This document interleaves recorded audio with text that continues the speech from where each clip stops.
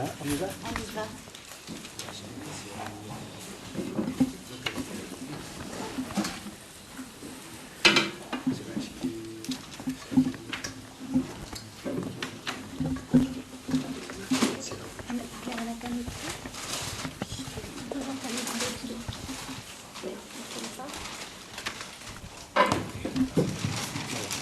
Ça marche.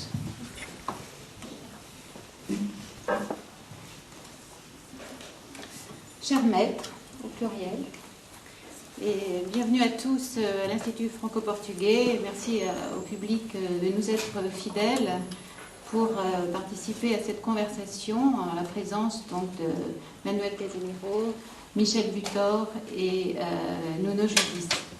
Donc c'est un grand honneur pour nous de vous recevoir et il me revient d'évoquer brièvement le motif de cette rencontre. Donc il s'agit, comme vous le savez sans doute, d'une exposition et du catalogue que vous trouverez ici à l'entrée, l'exposition intitulée Os Caprichos, qui a été inaugurée hier soir au musée Berardo, dont je salue et je remercie les responsables du musée présents ce soir, et en particulier son directeur, notre compatriote Jean-François Chounier. Donc en quelques mots, cette exposition, la base de cette exposition, ce sont 80 gravures de Goya qui ont été produites après que ce peintre génial fut affecté par la maladie. Et à partir de ces gravures, Manuel Casimiro a procédé, alors je ne sais pas très bien comment le dire, à des interventions ellipsoïdes qui ont à leur tour été illustrées par des phrases hyperboliques, donc là je me lance un peu dans les mathématiques, du maître Michel Butor, qui ensuite ont été traduites par Nuno Judice. Voilà, c'est le fruit de cette rencontre qui fera l'objet de la conversation qui va suivre. Donc je dois aussi vous présenter, bien que ce ne soit pas tout à fait nécessaire, peut-être faut-il le faire en direction du jeune public présent dans cette salle, et je sais qu'une rencontre a déjà eu lieu ce matin au lycée Charles-Pierre. Je salue monsieur l'ambassadeur et monsieur le consul général qui viennent d'arriver. Donc, le professeur Judice, Nuno Judice, poète, écrivain, fin traducteur, mais aussi diplomate culturel à Paris, auteur de nombreux essais sur la littérature portugaise, trait d'union entre la France et le Portugal grâce à vos traductions, mais aussi à votre ouvrage Voyage dans un siècle de littérature portugaise, publié en 1993. Merci d'être là et merci de votre fidélité.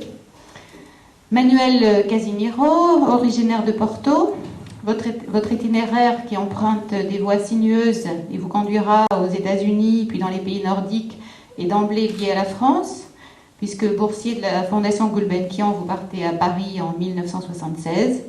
Vous résiderez ensuite à Nice, où vous rencontrerez d'ailleurs Michel Butor. Vous représenterez la France dans diverses expositions internationales. En 1986, à Nice, en compagnie de Christian Boltanski, Annette Messager, Robert Rauschenberg, vous participerez à un ensemble d'expositions individuelles, peindre, photographier. Les moments forts de votre carrière, reflets d'un talent protéiforme, se situent aussi bien à Salamanque, à Santiago de Compostelle, à Paris, etc. Et vous étiez aussi un des artistes présents à l'inauguration du musée Berardo. Et une grande rétrospective vous a été consacrée par Jean-Hubert Martin à la Serralbes. Maître Butor, Michel Butor, vous êtes évidemment très, très connu du grand public. Quelques-uns de vos ouvrages parmi votre œuvre si impressionnante nous sont familiers. Le passage de Milan, Degré, l'emploi du temps et bien sûr la modification qui vous vaudra le prix Renaudot. Mais votre nom est indissociable du mouvement du nouveau roman. Et les voyages jouent un grand rôle dans le processus de création, de l'Égypte aux États-Unis, qui constituent les parenthèses géographiques de votre œuvre romanesque. Mais vous êtes aussi l'auteur de nombreux essais, ouvrages critiques et entreprises pluridisciplinaires. Toute une partie de votre œuvre est inspirée par la fréquentation des artistes, qu'ils soient peintres, sculpteurs ou photographes. Je cite évidemment votre ouvrage sur Vieira da Silva, sans oublier votre activité académique.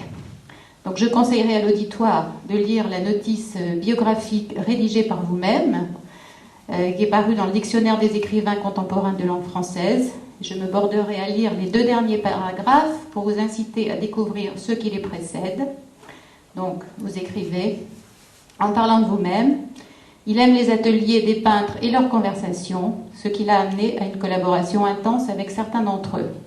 C'est grâce à eux qu'il est revenu à une production de type poétique qu'il croyait avoir abandonnée lors de ses premiers livres et qui constitue aujourd'hui l'essentiel de son activité. Sa fascination pour la musique est presque aussi féconde. Il a une barbe depuis qu'il est grand-père, il est toujours vêtu d'une salopette, il vit dans un village savoyard au-dessus de Genève et continue de courir le monde quand il le peut. Ce que chacun peut vérifier ce soir. Voilà.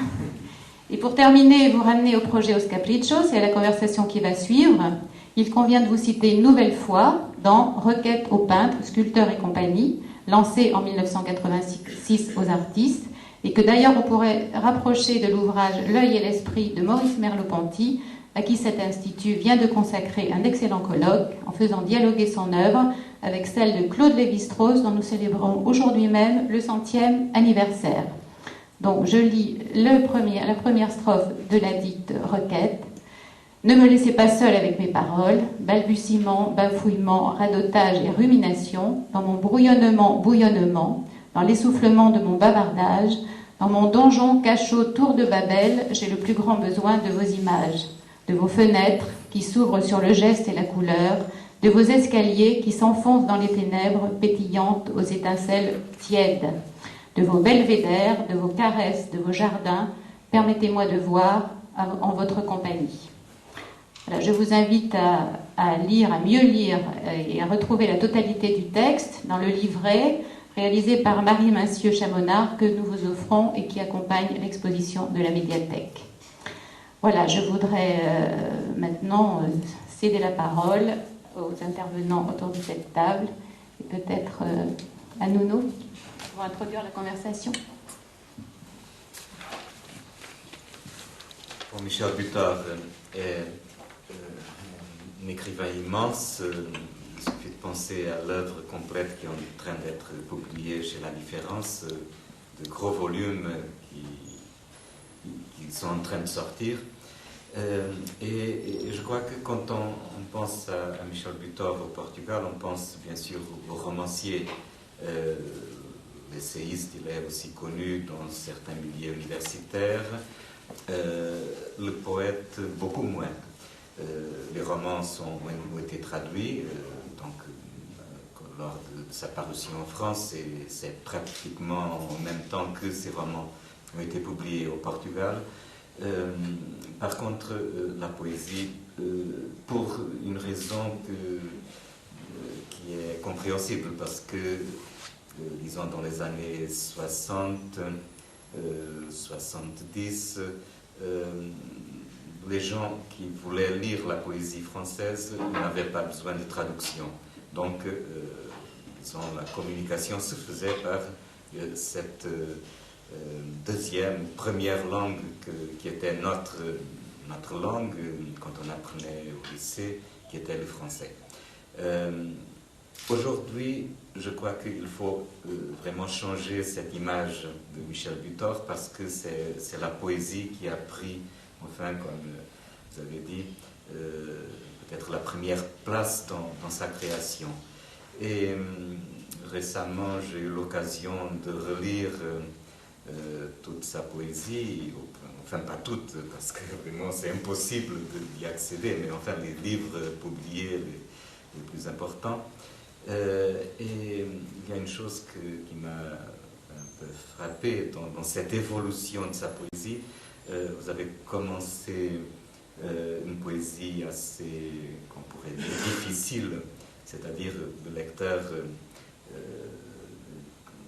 commun n'avait pas un accès très immédiat au sens, au langage, même au vocabulaire de votre poésie.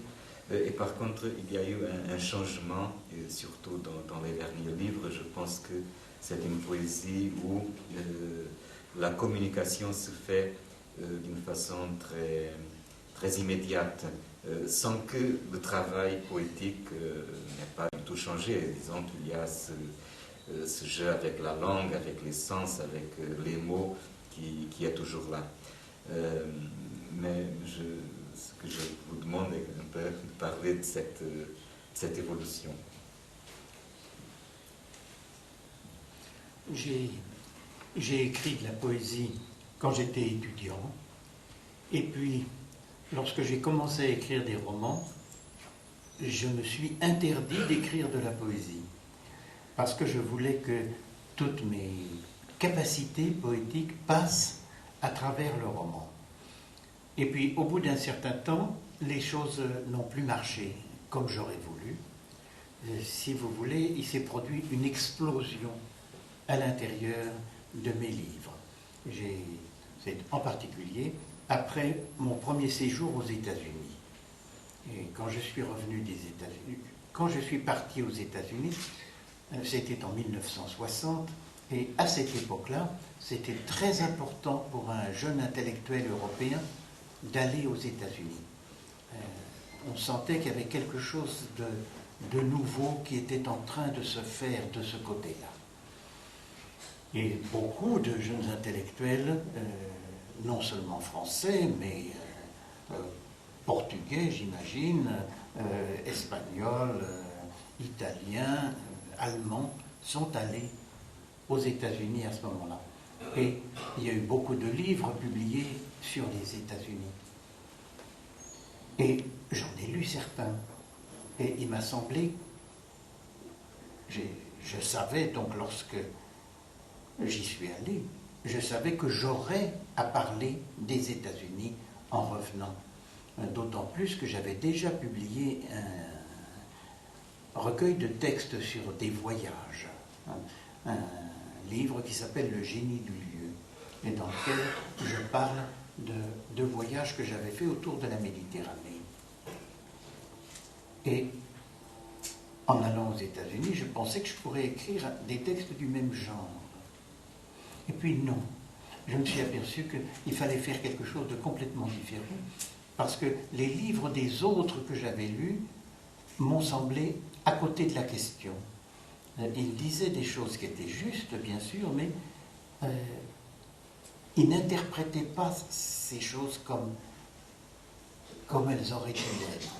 Donc j'ai essayé de faire un livre sur l'espace des États-Unis, et ce livre s'appelle Mobile, et il a fait un scandale épouvantable. On m'a traité de tous les noms. Alors j'ai eu besoin de me défendre, et j'ai continué à faire des livres de ce genre. Et disons, à partir de ce moment-là, je n'ai plus été capable d'écrire des romans.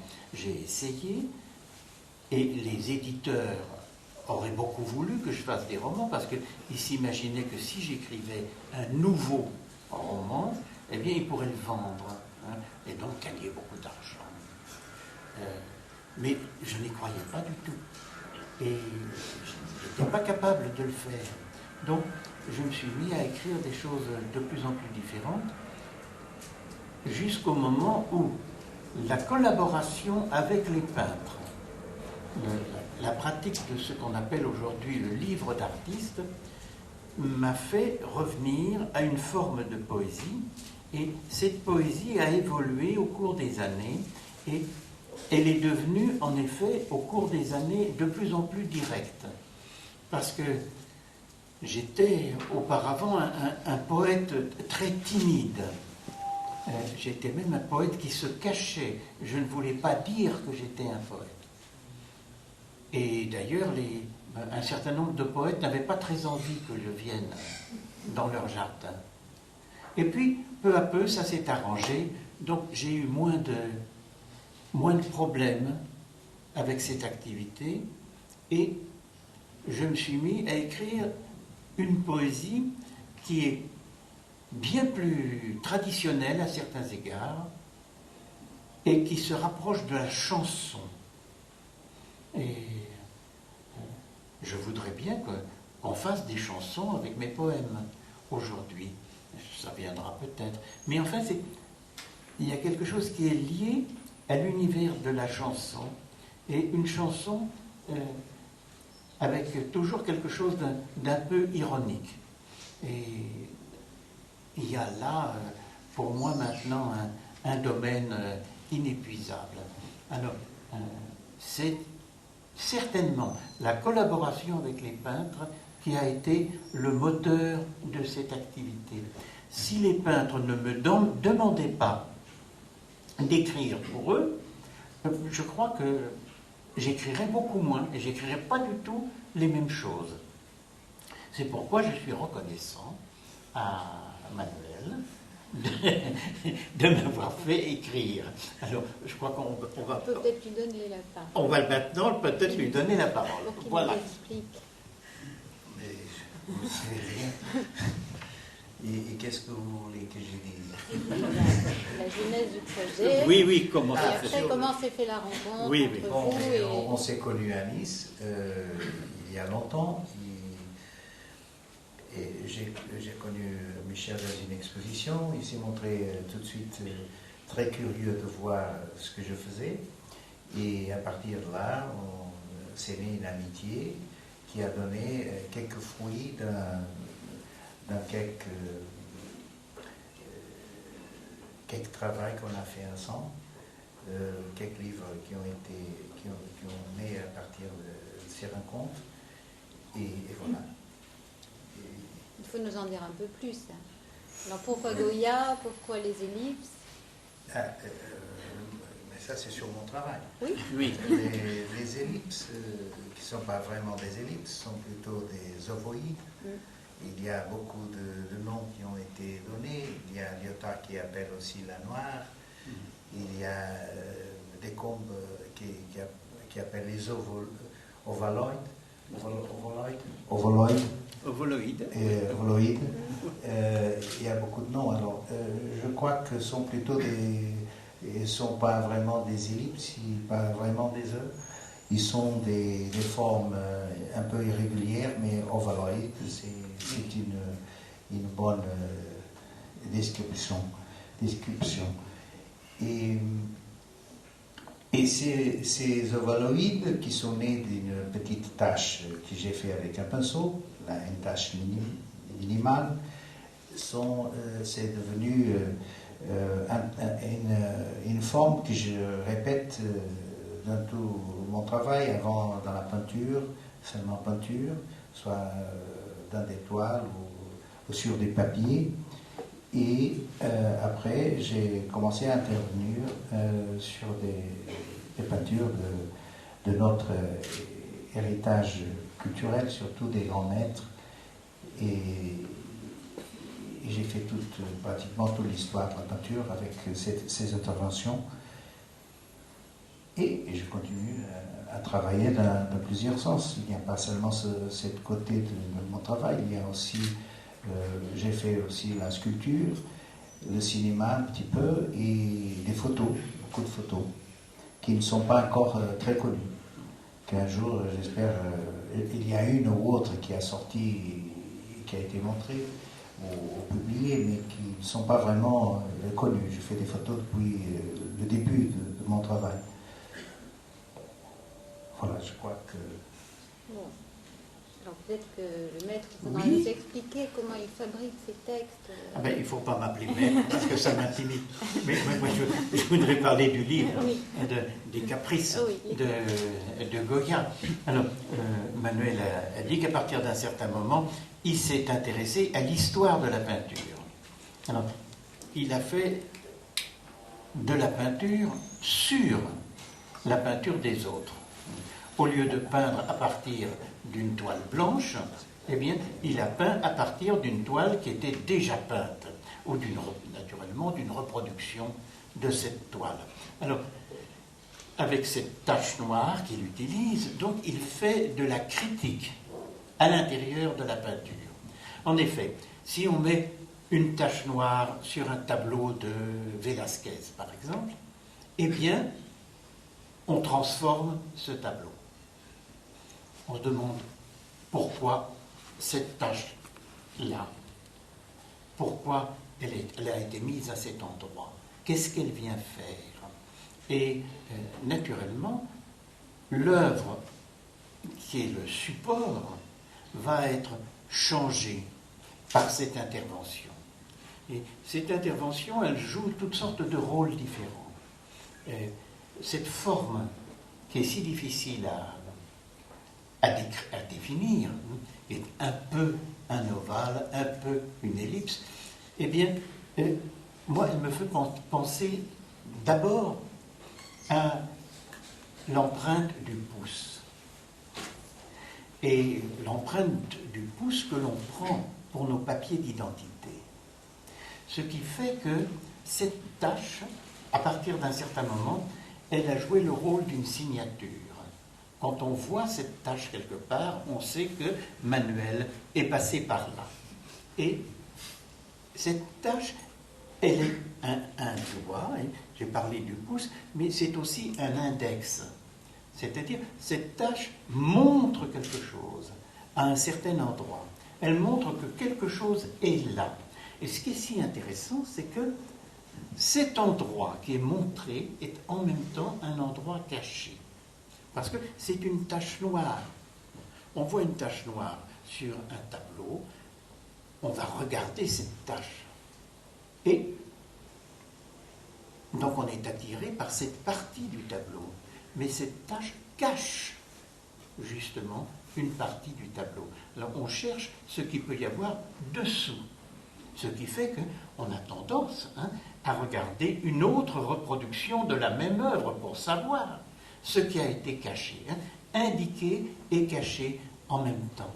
Et ce qui est intéressant dans l'œuvre de Manuel, c'est que ce signe qui est répété indéfiniment, il est un peu comme un des signes de l'alphabet, c'est-à-dire qu'il prend une signification qui est toujours différente.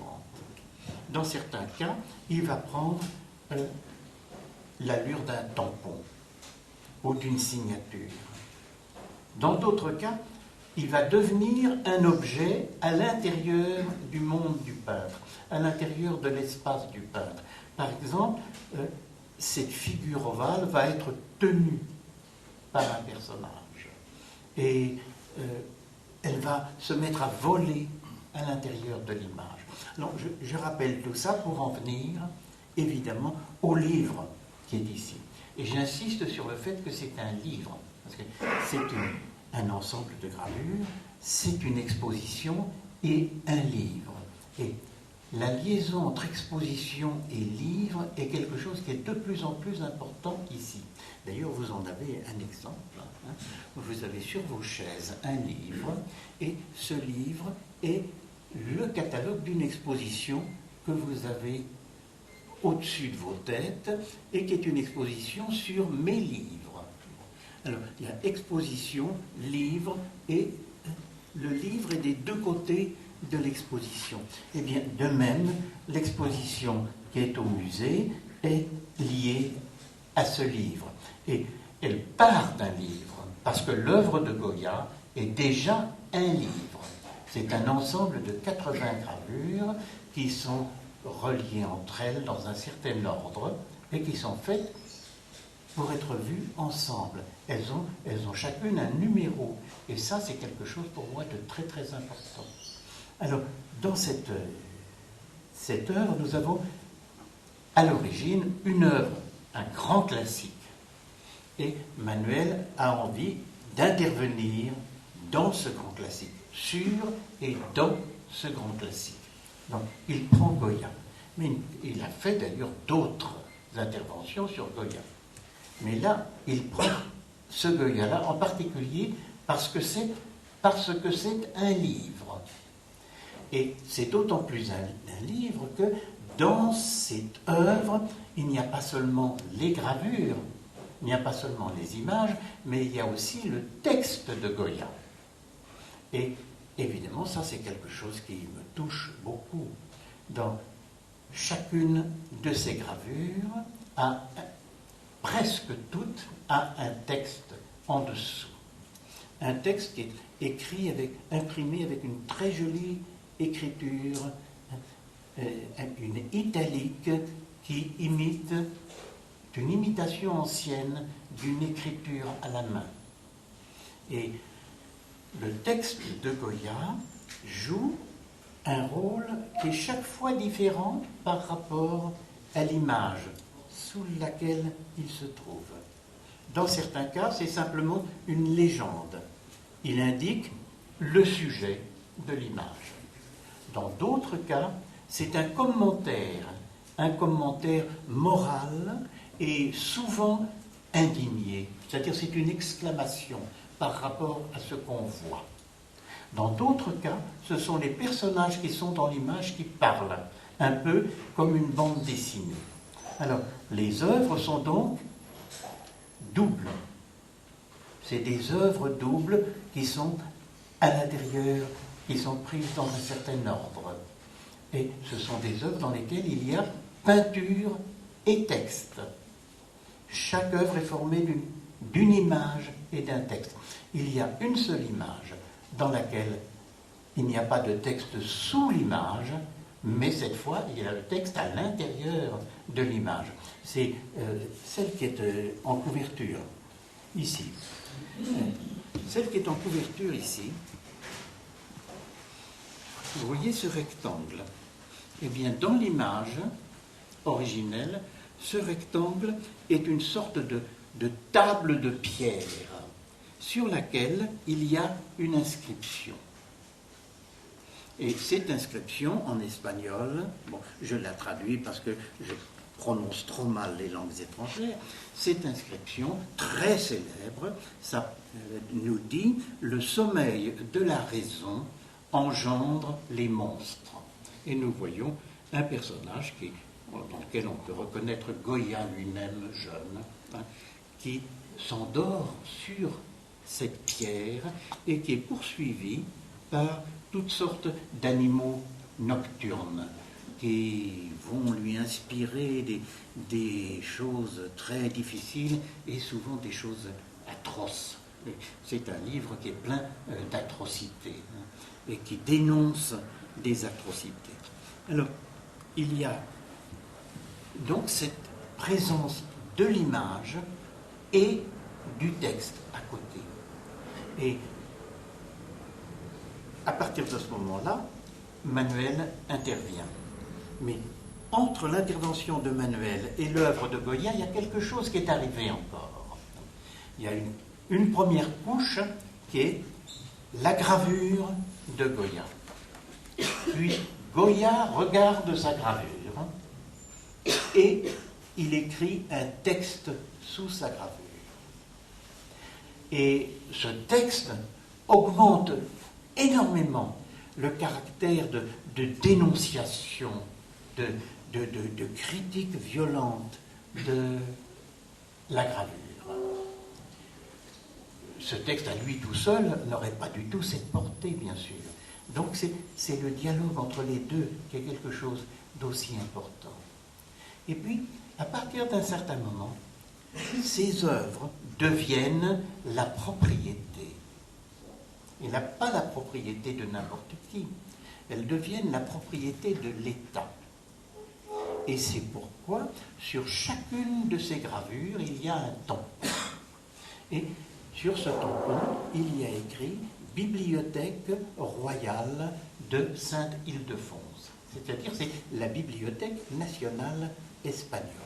Et ce qui est si intéressant pour nous, c'est que ce tampon a une forme tout à fait proche de la tache de Manuel.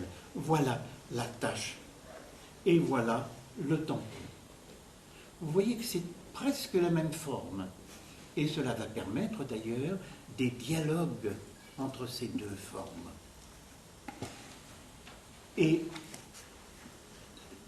tout le paquet de gravures a été confié à un fonctionnaire à l'intérieur de l'administration de la Bibliothèque royale.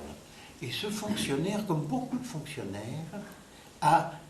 s'est délivré de ses mauvais instincts grâce au système du tampon.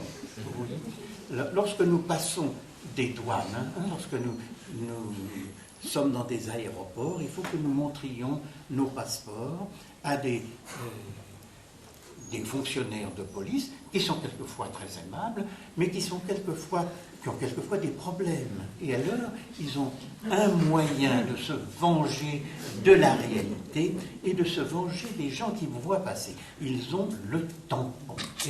Et ils tamponnent sur les pages du passeport. Eh bien, donc, au XIXe siècle, dans la bibliothèque royale, il y a eu un fonctionnaire armé d'un tampon et il a marqué « Bibliothèque royale » sur toutes ces abominations. Et, naturellement, il a choisi de mettre son tampon dans des endroits où il se verrait bien. C'est-à-dire que, pour que ce tampon se voie, il faut qu'il soit sur un espace clair. Or, les gravures de Goya sont souvent très noires. Donc, lorsque la gravure est suffisamment claire, le fonctionnaire met le tampon en plein milieu. Lorsque la gravure est trop noire, le fonctionnaire met le tampon dans la marge de la gravure. Et puis, il y a des moments où il se promène. Donc, il met le tampon selon son humeur, un peu au hasard.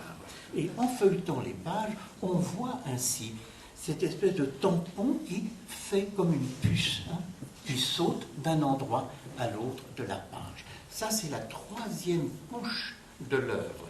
Et vous voyez à quel point cette couche, cette troisième couche, est significative.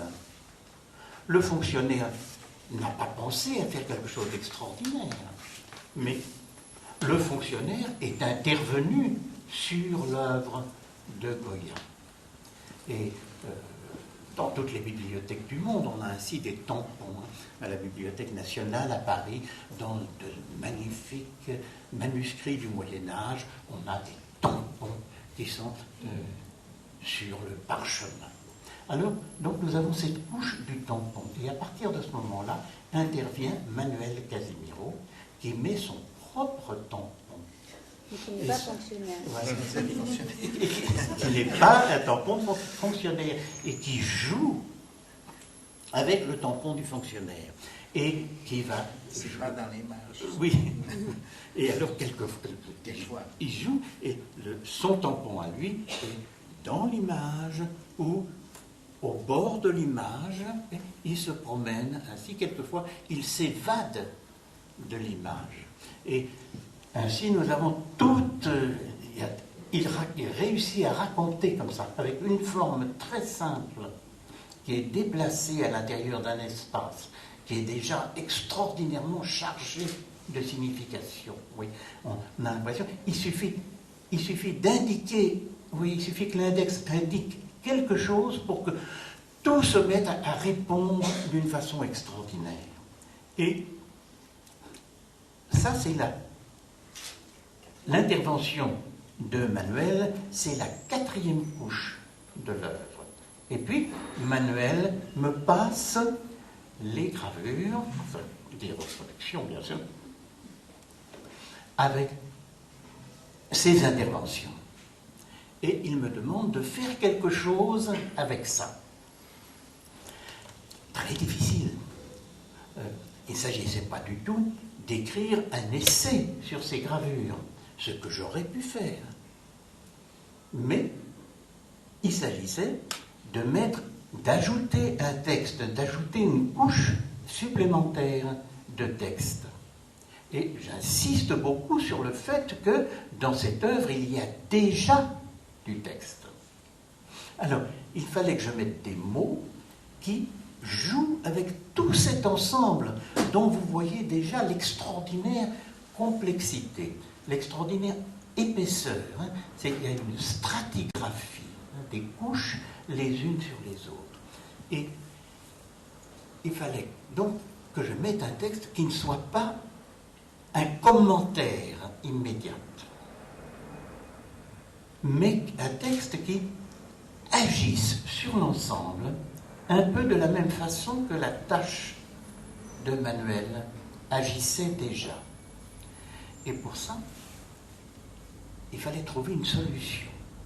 Parce que la tâche de Manuel est un signe très simple, remarquablement simple, qui produit des effets extrêmement variés. Il fallait donc que je fasse aussi quelque chose de très simple. C'est toujours la même tâche qui revient sur toutes les images. Elle n'a pas tout à fait la même forme, elle n'a pas tout à fait la même taille.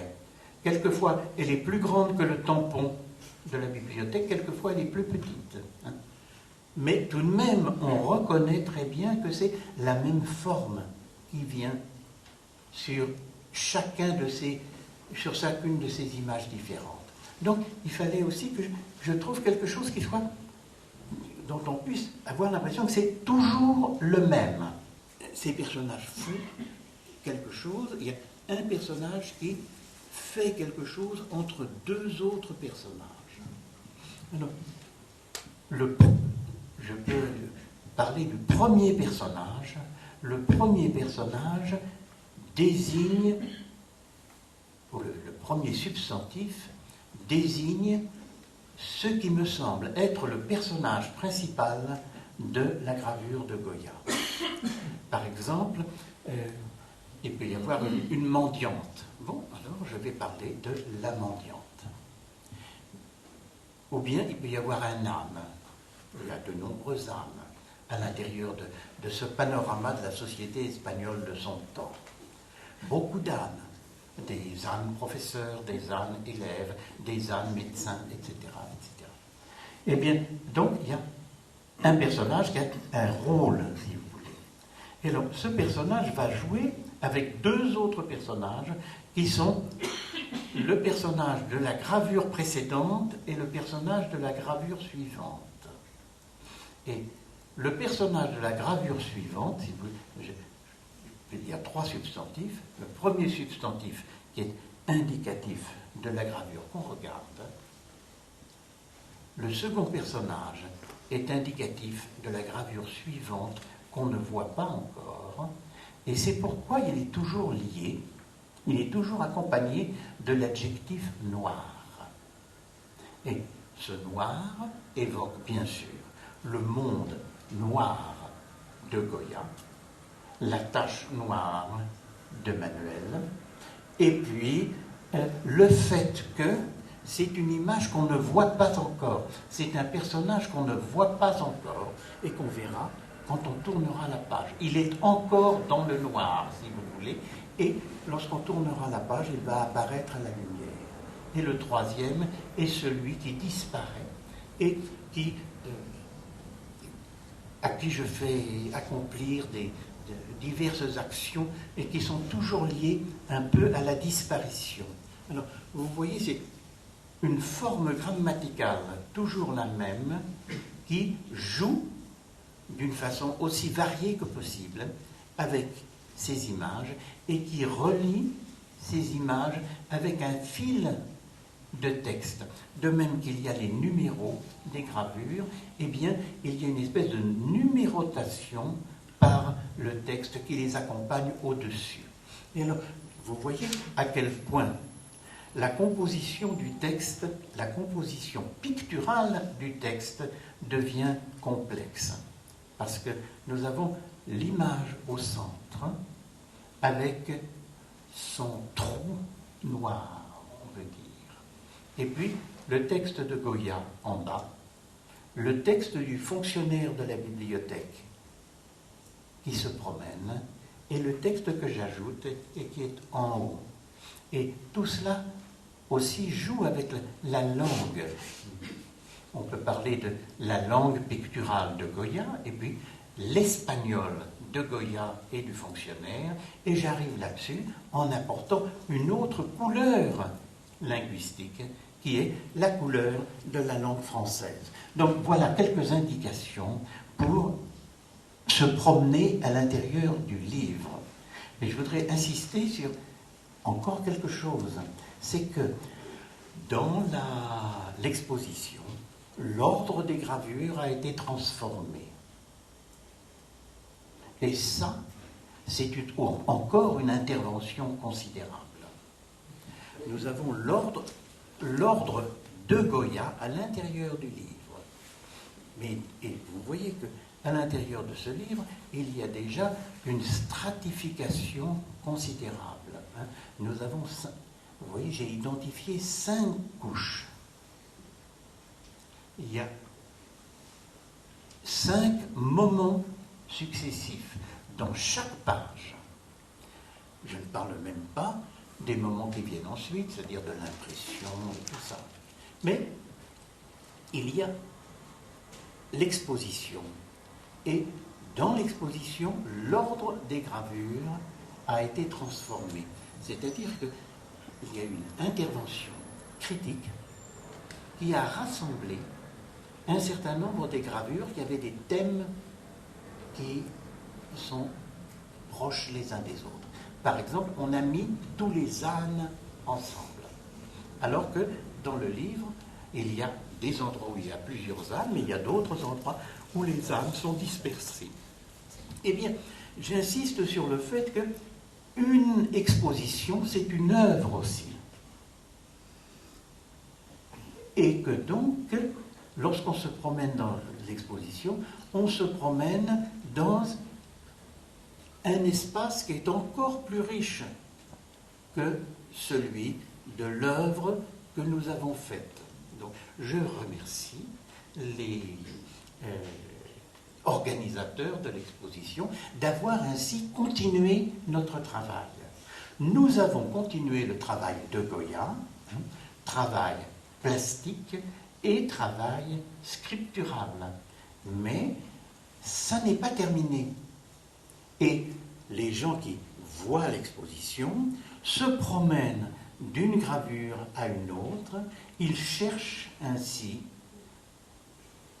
comment se promène la tâche, comment se promènent différents personnages, parce qu'il y a des personnages qu'on reconnaît d'une image à une autre. Et vous voyez, il y a tout un fourmillement de romans qui se produit à l'intérieur de cette exposition. Et je suis aussi très... ça m'a beaucoup frappé quand je l'ai vue pour la première fois, cette exposition, hier matin, oui, d'avoir vu qu'on avait, je ne peux même pas dire peint, mais qu'on avait teint les murs en rouge. Et évidemment, ce rouge donne aux gravures une lumière tout à fait différente de celle qu'elles auraient si elles avaient été suspendues sur un mur blanc, comme on fait d'habitude dans les musées. Dans les musées, en général, on suspend les œuvres sur des murs blancs. Et là, ça a été suspendu sur un mur qui a été exprès transformé en rouge. Et un rouge assez sanglant, je dois dire. Et ce rouge évoque l'époque de Goya, l'époque de la fin de l'Ancien Régime, la Révolution, etc. Et cela évoque le goût de l'époque, parce que c'était l'époque où on venait de découvrir les peintures de Pompéi. Et on a beaucoup imité les peintures de Pompéi à ce moment-là, à ce point que le rouge que l'on trouve dans les peintures de l'époque romaine a été utilisé à cette époque-là sous le nom de rouge pompéien. Et donc, cette couleur rouge, elle est liée au sang, bien sûr, mais elle est liée aussi à la résurrection d'un monde perdu et si vous voulez, à une permanente, une catastrophe qui continue, comme si l'éruption du Vésuve continuait. C'est que la Révolution française avait été une sorte d'éruption de ce genre. Alors, cette couleur fait sortir le blanc du papier. Et alors, cette couleur rend le blanc du papier lumineux. Et le noir joue non seulement avec le blanc, mais aussi avec le rouge qui est à l'extérieur. De même que le tampon s'échappe quelquefois de l'image images pour aller dans la marge, eh bien, notre œil va se promener autour des encadrements et il va rapporter du rouge pour verser, si vous voulez, du rouge à l'intérieur de ces images en noir et blanc. Voilà. À toi maintenant. Vous avez tout dit. L'exposition de Goya, ça m'a intéressé parce que je pensais que les gravures, c'est un portrait de... Enfin, sans les précisions, il n'y a plus l'inquisition, etc. Mais c'est un portrait de la société actuelle, dans le monde où nous habitons. Ça suffit de voir la télévision chaque jour. Alors, ça c'est quelque chose qui m'a motivé, l'intérêt, le choix de ces interventions sur ces gravures.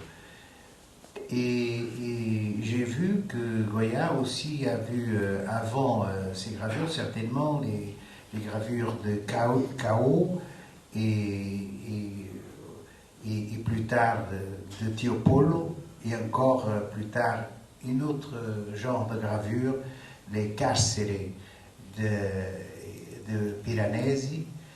Et ces gravures, certainement, l'ont influencé un peu dans son travail, qui a toute une autre force, à mon avis, et toute une autre dimension que ces gravures de ces artistes qui l'ont précédé.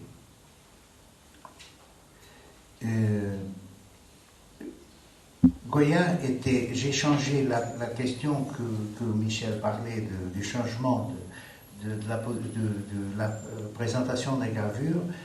Je crois que c'est venu de l'idée que les familles devraient être ressemblées par les motifs qu'on voyait dans les gravures, et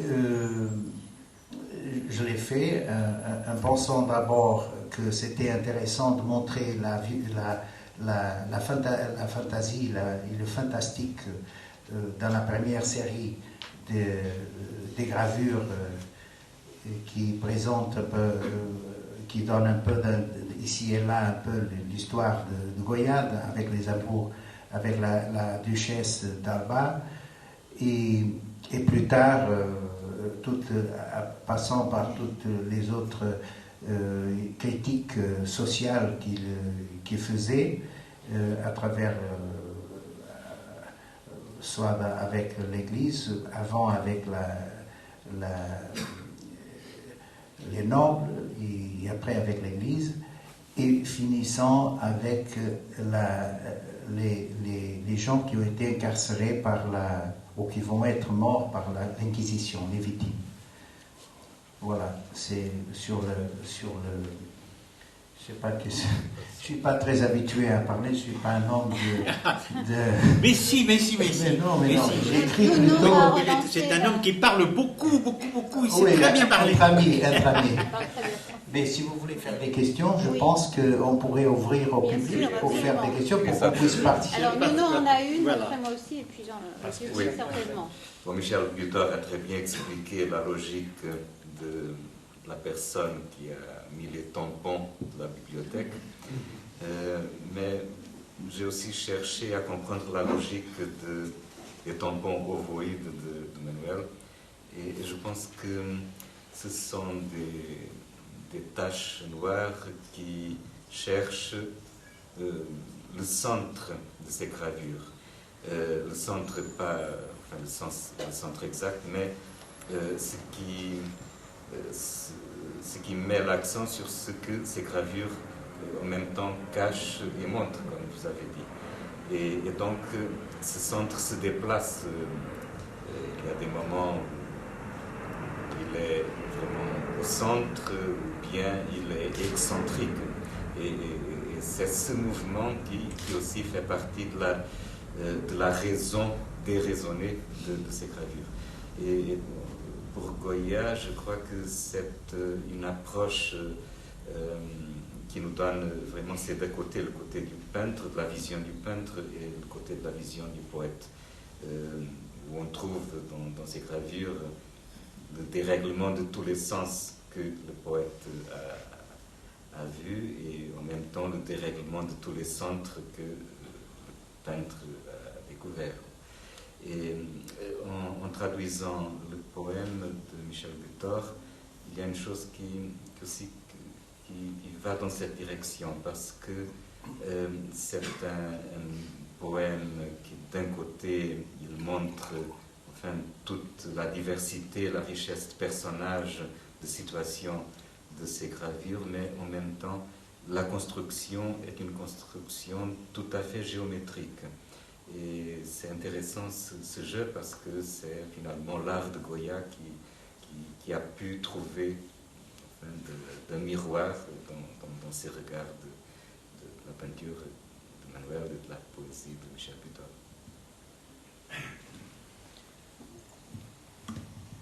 Petite question technique.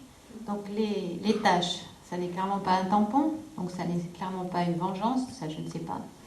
Mais est-ce que vous pouvez nous expliquer comment vous les fabriquez? Parce qu'elles sont toutes différentes, elles ont des tailles, certaines sont dissimulées. On ne voit aucune trace de pinceau. Au départ, vous aviez dit que c'était une tache de pinceau qui vous avait inspiré cette forme. Mais concrètement, dans ce cas particulier, comment ça se passe? Sont des... D'abord, je voudrais dire que le procédé, si on peut dire, c'est de découvrir un vide, ça veut dire un lieu où on puisse mettre ces gravures qui c'est comme une espèce d'un acteur qui rentre dans l'histoire des images, un acteur abstrait, et qui va provoquer un dialogue avec le public.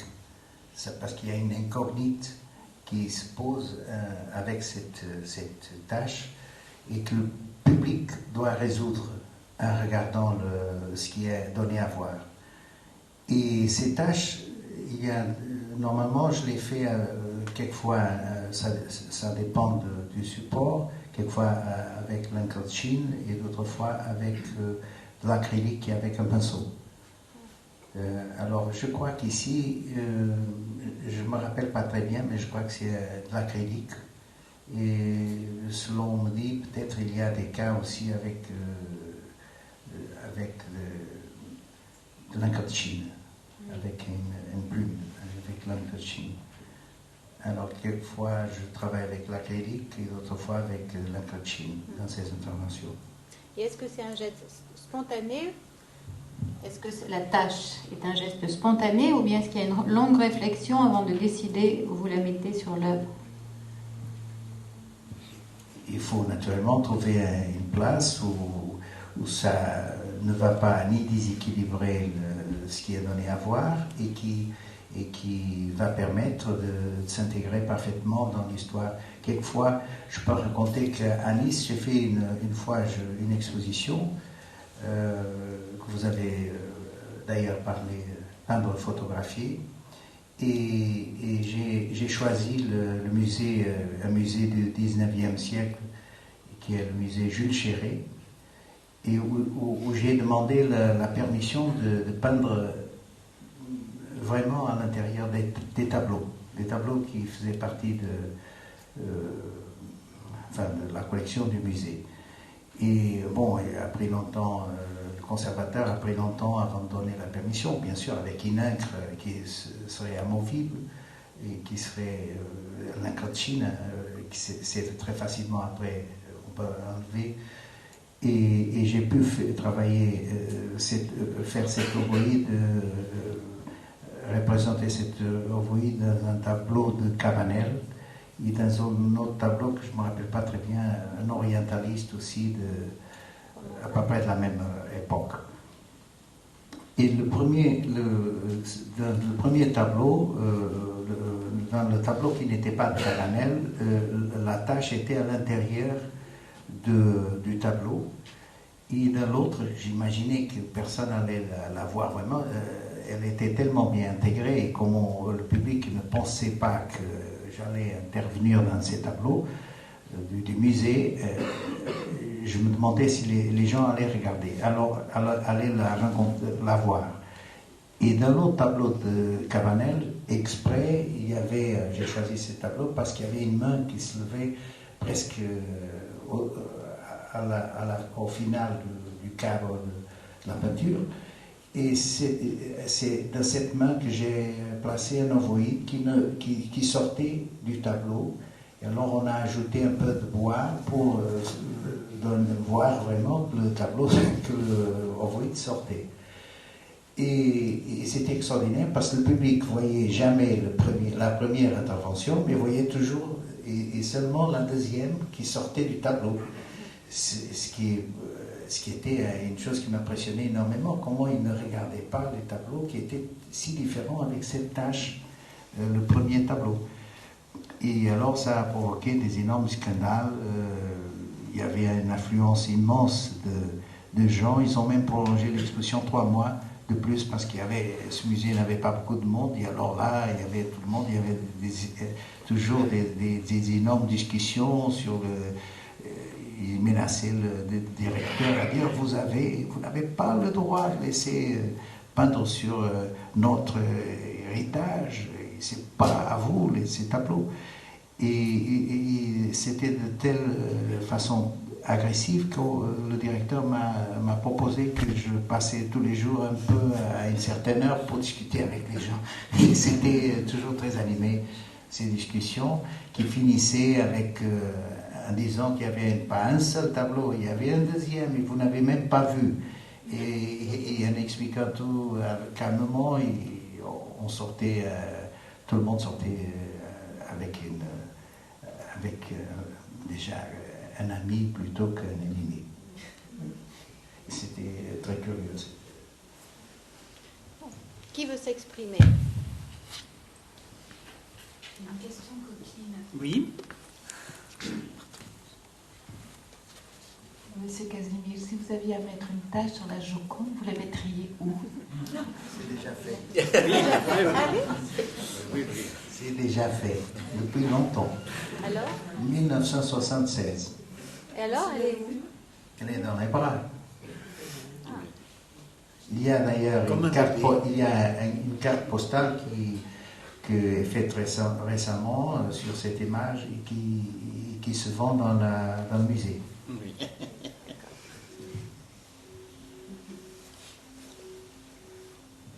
Autre question? Sur l'exposition ou sur l'œuvre de Michel Butor?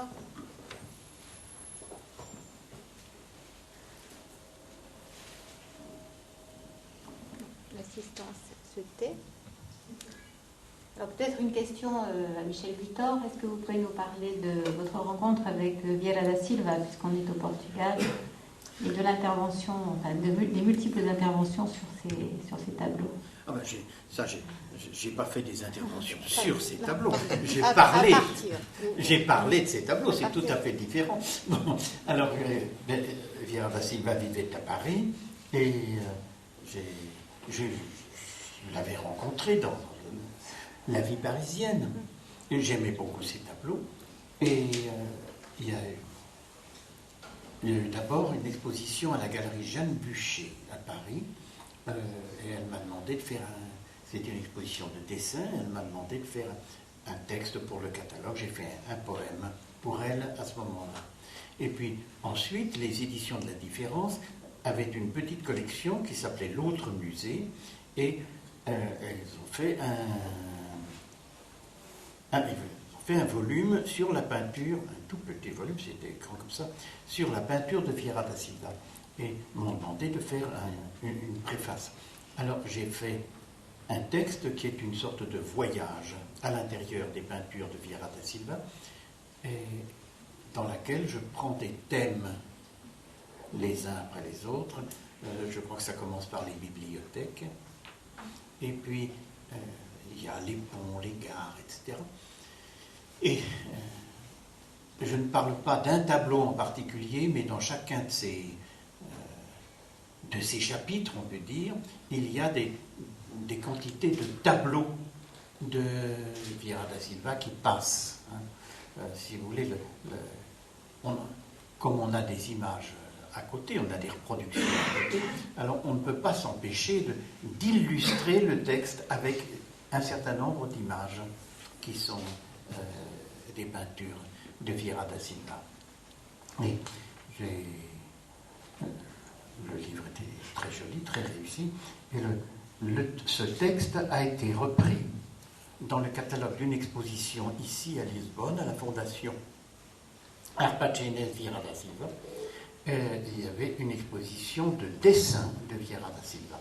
Et ils ont pris mon texte et comme soutien de l'exposition, ils ont fait des chapitres, eux aussi, hein, des chapitres avec les dessins, selon les titres que j'avais donnés, qui étaient souvent des titres d'ailleurs de tableaux de Vieira da Silva, donnés par Vieira à ces tableaux. Voilà. Est-ce qu'il y a une autre question dans la Oui, salle? peut-être. Non, un commentaire. Oui. Oui, en vous écoutant parler de la construction du poème et de cette logique, j'ai pensé à Oulipo. Oui, en effet, ils ont fait des choses du même genre. Alors, je n'ai jamais fait partie de l'Oulipo. Ils m'ont invité une fois à une de leurs séances, mais c'était en mai 68. C'est juste au moment où ont éclaté les événements de mai 68. Alors, moi, je m'étais rendu au rendez-vous, hein, c'était chez un des membres de l'Oulipo, un des fondateurs, qui s'appelait François Le Lyonnais, qui était un scientifique. Et je me suis trouvé seul chez lui parce que les autres n'ont pas pu venir. Voilà. Voilà un peu mes relations avec l'Oulipo. Mais j'ai connu, bien sûr, un certain nombre des gens qui ont participé à ce mouvement. Et il y a un certain nombre de points communs, c'est évident. Voilà. Bon. Voilà. Bon, s'il n'y a pas de... Ah ben si, il y a un monsieur là. Il y a un monsieur qui voulait poser une question là. Ah. Non, je voudrais seulement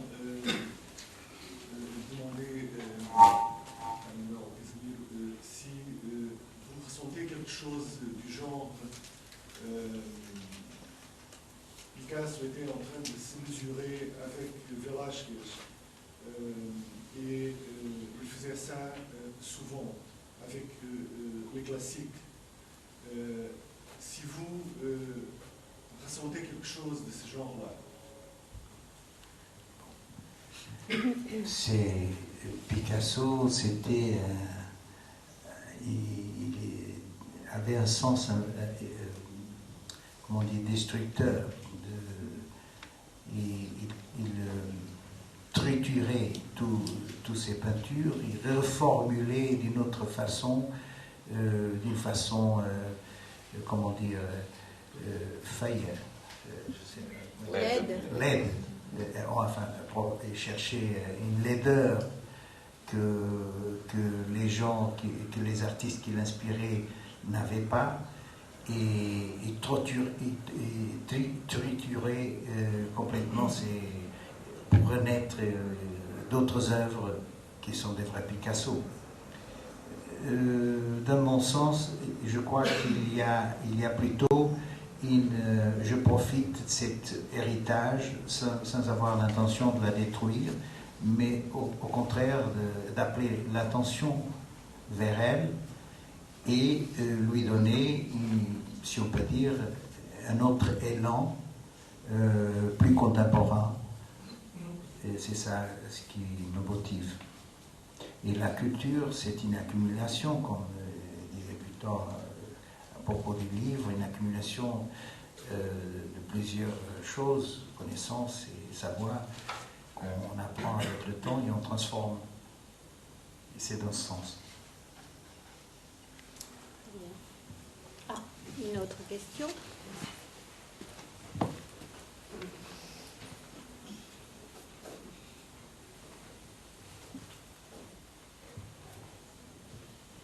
Oui, bonjour. Je voudrais savoir, plutôt pour le traducteur des textes de Michel Butor, si dans le travail de traduction, l'image de Goya et l'intervention de Manuel Casimiro a eu un rôle quelconque dans la mise en portugais des textes français de Michel Butor.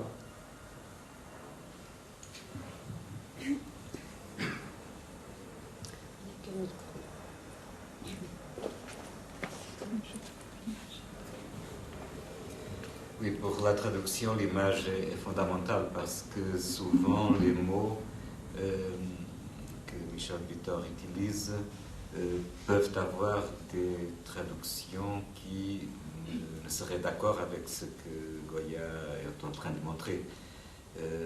Donc ça m'a permis de voir ces images aussi, de comprendre le sens de son écriture et de son vocabulaire. D'autre part, il y a aussi la recherche de faire passer en portugais ce qui, dans la langue poétique de ce poème de Michel Butor, est très important. C'est aussi une certaine étrangeté parfois dans le vocabulaire. Et si je faisais passer en portugais des mots plus usuels, plus de notre vocabulaire normal, faire cette traduction serait appauvrir la lecture du poème. Et donc je crois que finalement, peut-être que si je traduisais sans l'original à côté et sans les peintures, j'aurais fait d'autres choix. Mais là, je pense que la traduction est aussi, disons, fait partie de ce triangle et permet de voyager à travers cet ensemble.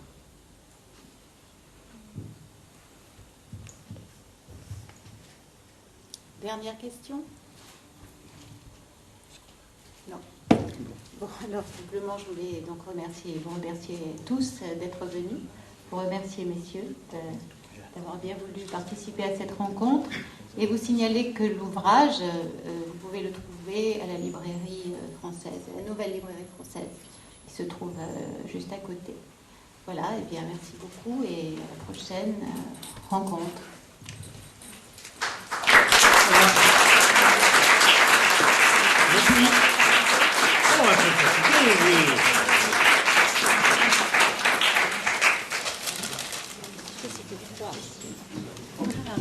Comme on n'a plus d'argent, on n'a qu'un micro et pas de chauffage. Pas tomber dans l'oreille sourd.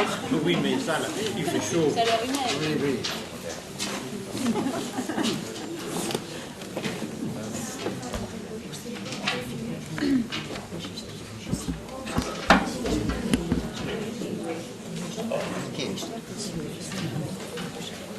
Merci.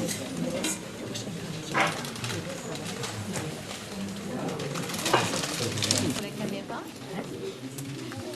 Alors, c'est pour Arthur. Pardon. Arturo.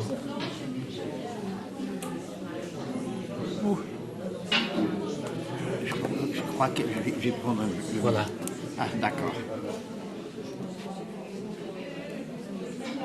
Et Arturo comment? Diaz.